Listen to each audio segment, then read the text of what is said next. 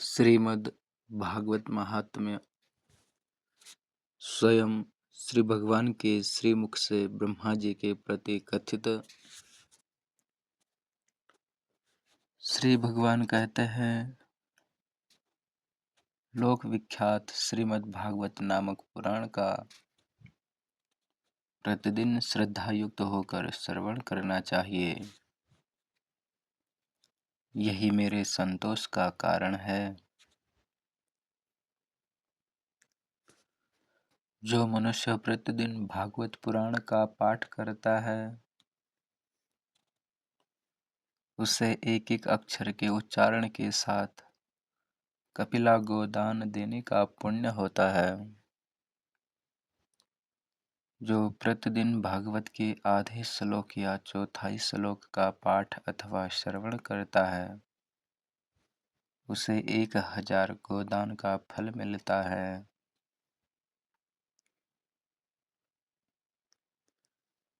आगे कहते हैं, पुत्र जो प्रतिदिन पवित्र चित्त होकर भागवत के एक श्लोक का पाठ करता है,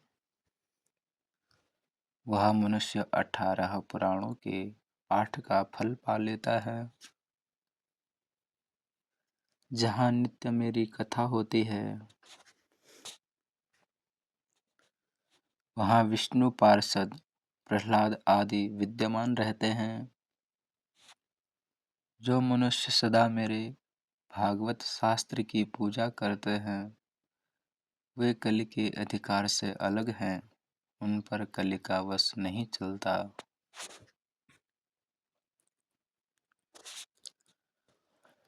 जो मानव अपने घर में वैष्णव शास्त्रों की पूजा करते हैं, वे सब पापों से मुक्त होकर देवताओं द्वारा वंदित होते हैं। जो लोग कलयुग में अपने घर के भीतर प्रतिदिन भागवत शास्त्र की पूजा करते हैं, वे कलि से निडर होकर ताल ठोकते और उछलते कूदते हैं। मैं उन पर बहुत प्रसन्न रहता हूँ।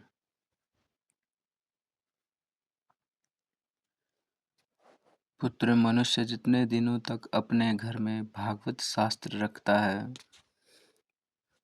उतने समय तक उसके पितर दूध, घी, मधु और मीठा जल पीते हैं। जो लोग विष्णु भक्त पुरुष को भक्तिपूर्वक भागवत शास्त्र समर्पण करते हैं, वे हजारों करोड़ों कल्पों तक अनंत काल तक मेरे बैकुंठ धाम में वास करते हैं।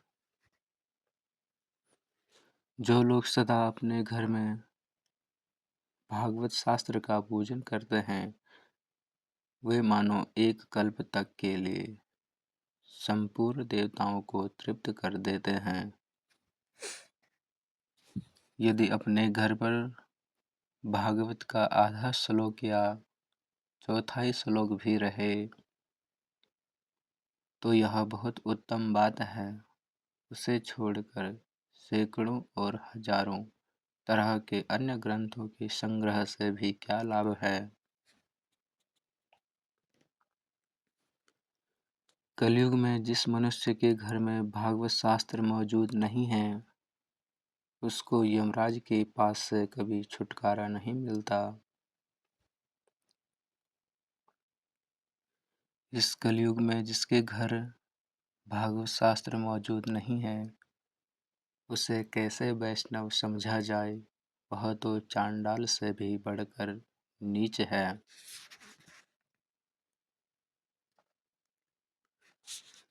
लोकेश, ब्रह्मपुत्र, मनुष्य को सदा मुझे भक्तिपूर्वक संतुष्ट करने के लिए अपना सर्वस्व देकर भी वैष्णव शास्त्रों का संग्रह करना चाहिए।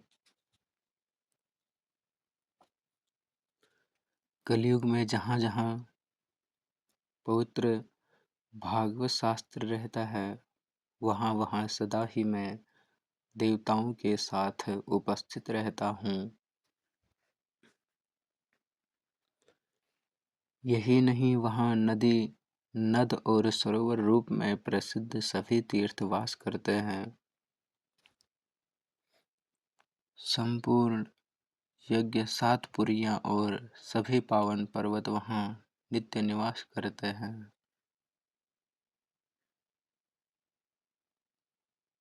यश, धर्म और विजय के लिए तथा पाप क्षय एवं मोक्ष की प्राप्ति के लिए धर्मात्मा मनुष्य को सदा ही मेरे भागवत शास्त्र का श्रवण करना चाहिए। यह पावन पुराण श्रीमद् भागवत आयु, आरोग्य और पुष्टि को देने वाला है। इसका पाठ अथवा श्रवण करने से मनुष्य सब पापों से मुक्त हो जाता है। भगवान कहते हैं, लोकेश, जो इस परम उत्तम भागवत को न तो सुनते हैं और न सुनकर प्रसन्न ही होते हैं, उनके स्वामी सदा यमराज ही हैं। वे सदा यमराज के ही वश में रहते हैं। यह मैं सत्य सत्य कह रहा हूँ।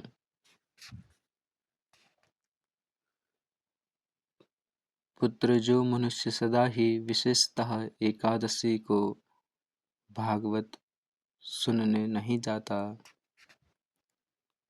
उससे बढ़कर पापी कोई नहीं है।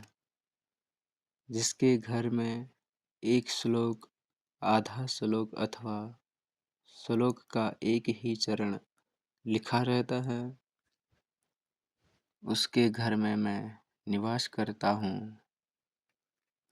मनुष्य के लिए संपूर्ण पुण्य, आश्रमों की यात्रा तथा संपूर्ण तीर्थों में स्नान करना भी वैसा पवित्र कारक नहीं है जैसा श्रीमद् भागवत है। चतुर्मुख, जहाँ जहाँ भागवत की कथा होती है, वहाँ वहाँ मैं उसी प्रकार जाता हूँ। जैसे पुत्रवत्सला गो अपने बछड़े के पीछे पीछे जाती है, जो मेरी कथा कहता है, जो सदा उसे सुनने में लगा रहता है तथा जो मेरी कथा से मन ही मन प्रसन्न होता है, उस मनुष्य का मैं कभी त्याग नहीं करता। पुत्र, जो परम पुण्यमय श्रीमद् भागवत शास्त्र को देखकर अपने आसन से उठकर खड़ा नहीं हो जाता, उसका 1 वर्ष का पुण्य नष्ट हो जाता है। जो श्रीमद् भागवत पुराण को देखकर खड़ा होने और प्रणाम करके आदि के द्वारा उसका सम्मान करता है, उस मनुष्य को देखकर मुझे अनुपम आनंद मिलता है। जो श्रीमद् भागवत को दूर से ही देखकर उसके सम्मुख जाता है, वह एक एक पग पर अश्वमेध यज्ञ के पुण्य को प्राप्त करता है। इसमें तनिक भी संदेह नहीं है। जो मानव खड़ा होकर श्रीमद् भागवत को प्रणाम करता है, उसे मैं धन, स्त्री, पुत्र और अपनी भक्ति प्रदान करता हूँ। हे पुत्र, जो लोग महाराजों चित्त सामग्रियों से युक्त होकर भक्तिपूर्वक श्रीमद् भागवत की कथा सुनते हैं, मैं उनके वशीभूत हो जाता हूँ। सुव्रत, जो लोग मेरे पर्वों से संबंध रखने वाले सभी उत्सवों में मेरी प्रसन्नता के लिए वस्त्र, आभूषण, पुष्प, धूप और दीप आदि उपहार अर्पण करते हुए परम उत्तम श्रीमद् भागवत पुराण का भक्तिपूर्वक श्रवण करते हैं, वे मुझे उसी प्रकार अपने वश में कर लेते हैं जैसे पतिव्रता स्त्री अपने साधु स्वभाव वाले पति को वश में कर लेती है।